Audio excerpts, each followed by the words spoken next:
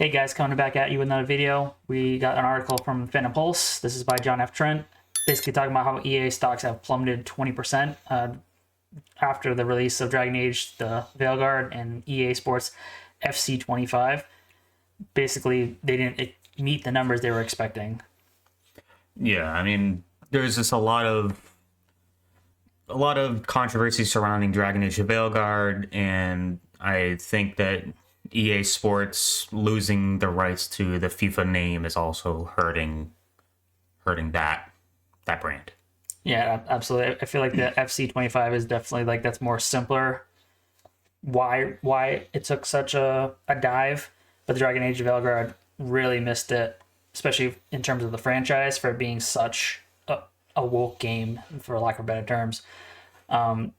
Just all the moments of preaching to you, ugly characters, bad writing, and just they're pushing a narrative versus trying to make the game fun for us. Yeah, and that leads to, bad designs on terms of like, boss fights and kind of limiting you in like a role-playing game, right? Like a game like Baldur's Gate 3, you can essentially play the game however you want. Like if you don't want to interact with a certain character, you don't have to talk to that character ever, and it won't affect the story at all.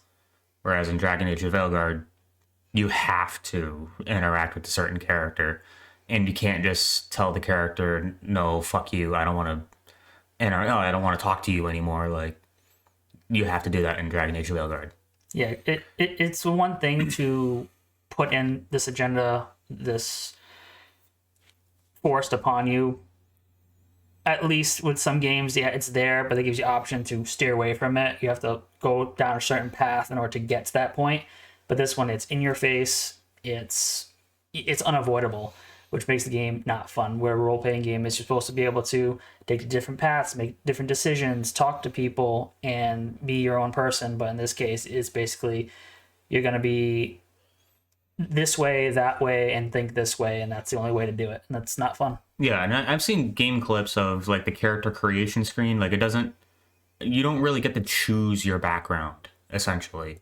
Like in Baldur's Gate 3, like I'm just gonna keep, singing the praises of Baldur's Gate 3 because for all intents and purposes, it kind of is woke, but like it doesn't like shoehorn it in your face. But like for Dragon Age of Veilguard, there was no excuse for how they designed their character creation screen to where like you get to choose your background, but you have no interaction with that background whatsoever. It just gets explained to you through your own character's dialogue that you don't even get to really choose. And on top of that, like you were talking about the character creation, like I've seen some monstrosities, and in some games, the monstrosity of the character creation is kind of like the fun of it. That this is like beyond that point, and it deals with like bread terms, zipper tits, for transgender surgery and stuff like that. I feel like that takes you out of that. This is supposed to be a fantasy world, and it's supposed to make you feel, when we come home at the end of the day, you don't want to deal with modern day crap. You want to just sit down and enjoy the game. And I feel like bringing in this stuff it brings you right back into, oh god, this thing on this news, that thing, this political view, and it's just not fun for players. No, and once you get taken out of like the suspension of disbelief, like the game just becomes less fun immediately. And in the world of, Baldur's Gate 3 at least, like yeah, you can choose like a female body with like, and just slap a dick on it. And that's, if you want to play like that, you could play like that, but like for all intents and purposes, like it doesn't really affect anything. But it's just the idea that you can have like a top surgery on your character and going that extra step to where it's more in your face than what it's necessarily needed to be. Well, this also, it kind of segues to that it's infamous scene from not Baldur's Gate, sorry, from Dragon Age Veilguard, where the character misgenders somebody and they pull what's called a barf, the whole doing 10 push-ups, and instead of apologizing or talking, it was unavoidable. Like you had to watch it because they want you to do that in reality, is be sorry and be controlled what you can say and what you can think, and I don't think that's right. No, it comes off as preachy. It comes off as, groveling to their agenda, and it comes down to self inserts into the game. That I wholly believe that character was a self insert from some dev, some lead, some leader, and it comes off as just, this is what I want you to think. Yeah, sort of like something along those lines. a lot of these devs are all about me, myself. I worry about me, think about what I think instead of, what do the customer, what does the player want? Like, how to make this game fun? And to kind of stem off a little bit, just for like a brief second, I'm guessing it's a lead dev for, was it the Lord of the Fallen? He's starting to ask more questions, putting up polls and actually making changes to the game depending on the polls, and it seems like that somebody is at least thinking outside the box. Hey, what does the actual players want? And I think that's the problem.